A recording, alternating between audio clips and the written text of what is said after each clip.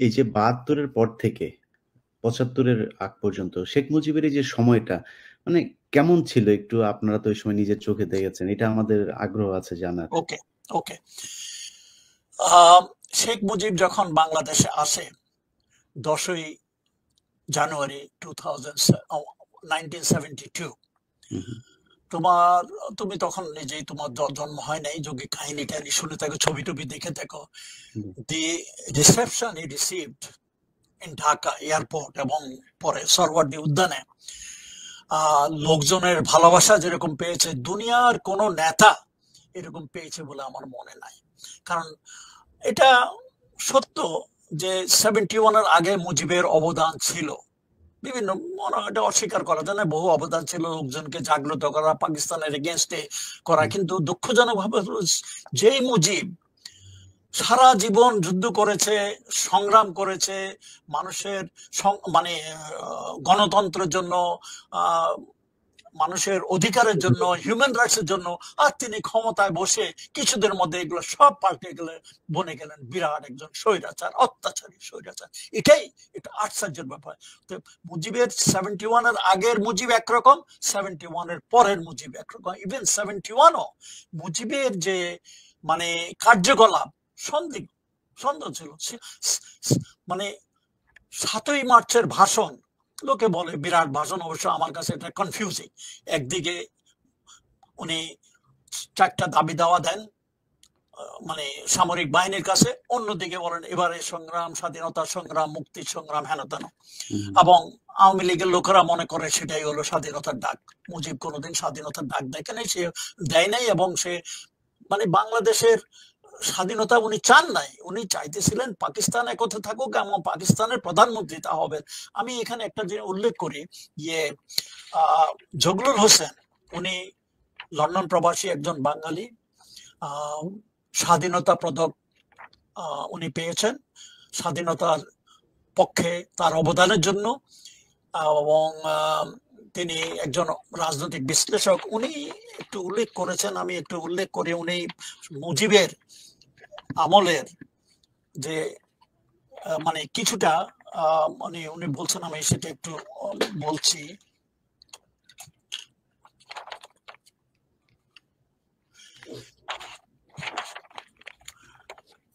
মুজিবের পক্ষে দীর্ঘকাল আওয়ামী ভারতীয় প্রচারণা ও 15 বছর ধরে বাংলাদেশ তার মূর্তি,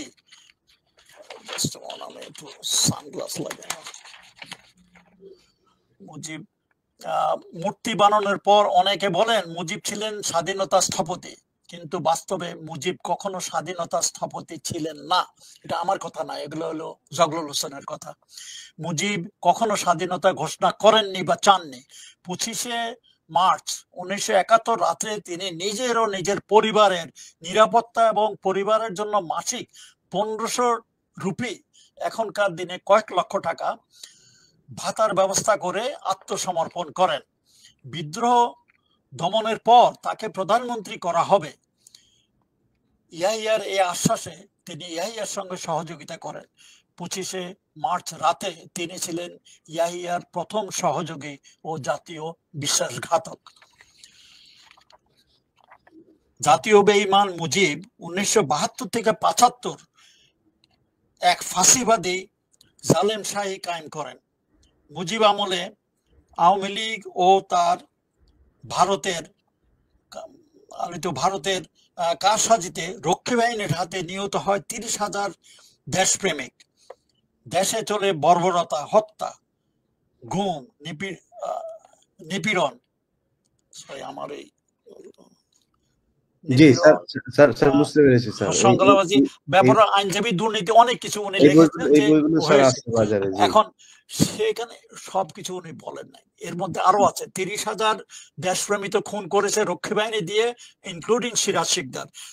62,000 জেলের ভিতরে ঢুকিয়ে দিয়েছে। Anybody not toeing Awami line, Mujib line, মুজিবের কথা, তাকে জেলের ভিতরে ঢুকিয়ে দিয়েছে। এদের মধ্যে কাউকে পাওয়া গেছে, কাউকে আর কোনোদিন পাওয়া যায় নাই। তারপরে আর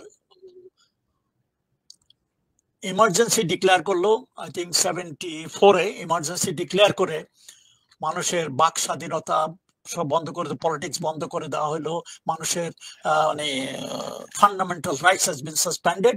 তারপরে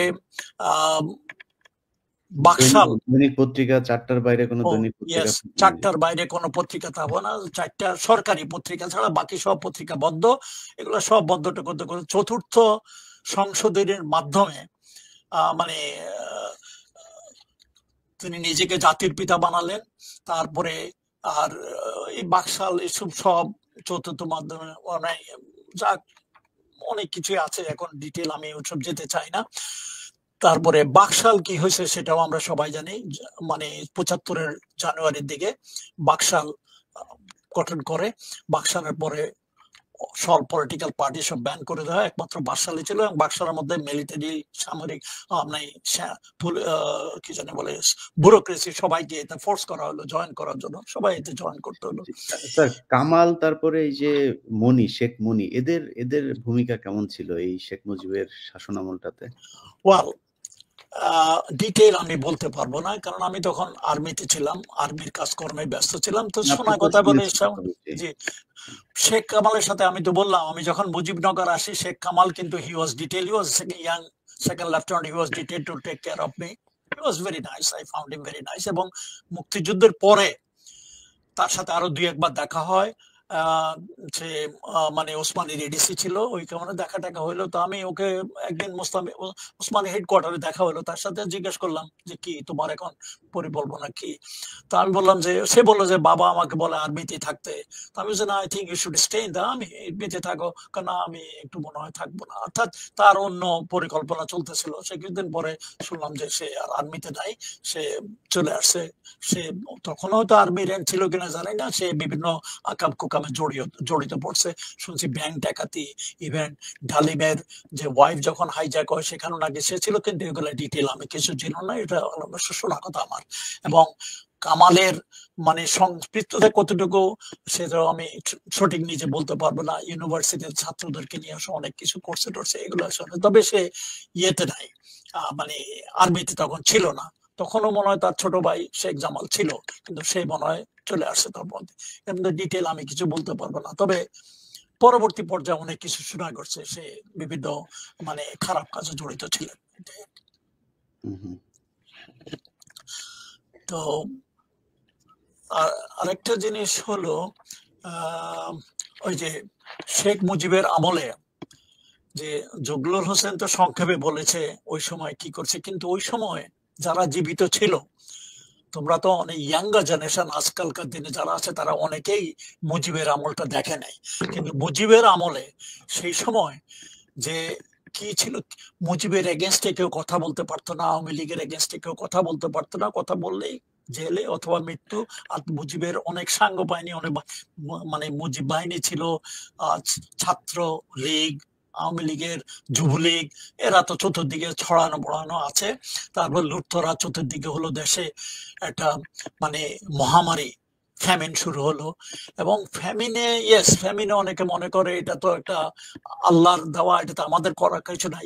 কিন্তু কোনো সাহায্য সামগ্রীর অভাব ছিল না দেশে, প্রচুর সাহায্য সামগ্রী আসছে বাংলাদেশে মানে দুর্দিনে 74-75-এ, কিন্তু সেগুলা কিন্তু লোকের কাছে পৌঁছেনি। এবং জানা মতো সেই মানব সৃষ্ট দুর্ভিক্ষে, যেটা অমর্ত্য সেন কলকাতার নোবেল বিজয়ী অমর্ত্য ইনি বলছে এটা একটা মানব সৃষ্ট মানে দুর্ভিক্ষ, সেই দুর্ভিক্ষে সরাসরি মারা পড়ে 5 লক্ষ, এবং আরো 1 লক্ষ পরবর্তী পর্যায়ে অনাহারে মরে। মোটামুটি 15 লক্ষ লোক মারা যায় সেই দুর্ভিক্ষে। এটা সব মানব সৃষ্ট। খাদ্যদ্রব্যের অভাব ছিল না, কিন্তু ওগুলা লোকের কাছে যায়নি। জামা কাপড় ছিল না। আমরা সবাই ওই তখনকার দিনে ইত্তেফাকে মনে হয় বড় আকারে প্রকাশ পায় সে বাসন্তীর কাহিনী, জাল পরা। এখন জাল পরা হয়তো একটু অতিরঞ্জ হতে পারে, কিন্তু কথা হলো তখনকার লোকের কাপড় ছিল না, মহিলা লোকের কাপড় ছিল না যে বাইরে যাওয়ার, ভিতরে, এই জন্য ঘরের ভিতরে থাকতো। তো এই পরিস্থিতি তখন ছিল দেশের, অথচ মুজিবের বাসায় খাওয়ার কোনো অভাব ছিল না। এটা কিছু একটা কমেন্টে আমি দেখলাম যে একদিকে লোকে খাওয়া পাচ্ছে না, অন্যদিকে মুজিবের 2 ছেলের বিয়ে রাজকীয় হাইলে, রাজকীয় স্টাইলে মুজিবের 2 ছেলের বিয়ে হয়, মানে জুলাই মাসে, 15 আগস্টের 1 মাস আগে, এক্স্যাক্টলি 15ই আগস্টের 1 মাস আগে, মানে রাজকীয় স্টাইলে একেবারে ভুড়ি ভোজ করে ওখানে, মানে ইয়ে যেখানে পথে ঘাটে লোক মারা যাচ্ছে। তারপরে আমার এখনো মনে আছে মুজিবের 75-এ তার জন্মদিন পালন করে, ওটা কি জুনে না জানি কবে, আমি তখন কুমিল্লাতে বাড়িতে নাই, বৃষ্টির দিন, মুজিব তার দোতলাতে দাঁড়ায় আছে আর প্রসেশন দাঁড়াইতেছে, একেবারে মানে মুষলধারে বৃষ্টি হচ্ছে, বৃষ্টিতে মহিলা টহিলা লোকজনের জামা কাপড় বিথিকিচ্ছা চেহারা, আর আমাদের ক্যামেরাম্যানরা এমন বেরসিক, ওই ফোকাস করে ওসব মহিলাদের উপরে ফোকাস করে। That was the situation. এরকম মানে রাজার মতো অবস্থা, অথচ পথে ঘাটে লোক খেতে পেত না, মারা পড়তো, এবং লোকে এগুলা যারা তখন বেঁচে ছিল তারা দেখেছে। এবং মানে আবর্জনার স্তূপের মধ্যে, লোকের মধ্যে এবং কুকুর বিড়ালের মধ্যে খাওয়া দাওয়া নিয়ে ঝগড়া হইতে, এটাও নিত্য নৈমিত্তিক ব্যাপার ছিল। এটা কোনো আমার বানানো কাহিনী, আমি কোনো কল্প কাহিনী বলতেছি না। তখনকার দিনের খবরের কাগজ যদি তুমি খোলো, এগুলো তুমি দেখতে পারো। আমি একটু দেখাতে চাইতো লোকজনকে। স্যার, আমাদের আর 2টা প্রশ্ন আপনার কাছে জানার আছে। আচ্ছা, বলো। সেটা হচ্ছে ভারতের এই যে 16ই ডিসেম্বর আমাদের বিজয় হলো, সেখানে ভারত এবং টিল নাও আপনার লাস্ট যে আপনার 16 ডিসেম্বর গেল, সেখানেও কিন্তু নরেন্দ্র মোদী তার ফেসবুক এবং টুইটারে টুইট করেছে যে এটা তাদের বিজয়, পাকিস্তানের সাথে তাদের, ভারত পাকিস্তান ওয়ার ছিল এবং সেখানে তাদের বিজয় হয়েছে, এটা বলেছে। আমরা সেই সময়ের সেই ছবিগুলোতেও দেখেছি আমাদের বাংলাদেশের কেউ ছিল না, মানে আপনাদের কাউকে রাখা হয়নি কেন? এটা বলতে গেলে আমাকে একটু পিছনে যেতে হয়। যুদ্ধ শেষের পরে 16 ডিসেম্বরের পরে আমি সিলেটে, আমরা শ্রীমঙ্গল চা বাগানের আশেপাশে, আমরা ওখানে আমার টুফিল্ড, ওখানে আমরা সংগঠিত করি, ওখানে থাকি। একদিন আমি বাইরে কোথায় যেতেছিলাম, যেতে স্কুলের প্রাঙ্গণে বিরাট অস্ত্রের সামগ্রী এবং ইন্ডিয়ান কিছু অফিসার ওগুলা দেখাশোনা করতেছে, হিসাব কিতাব করতেছে।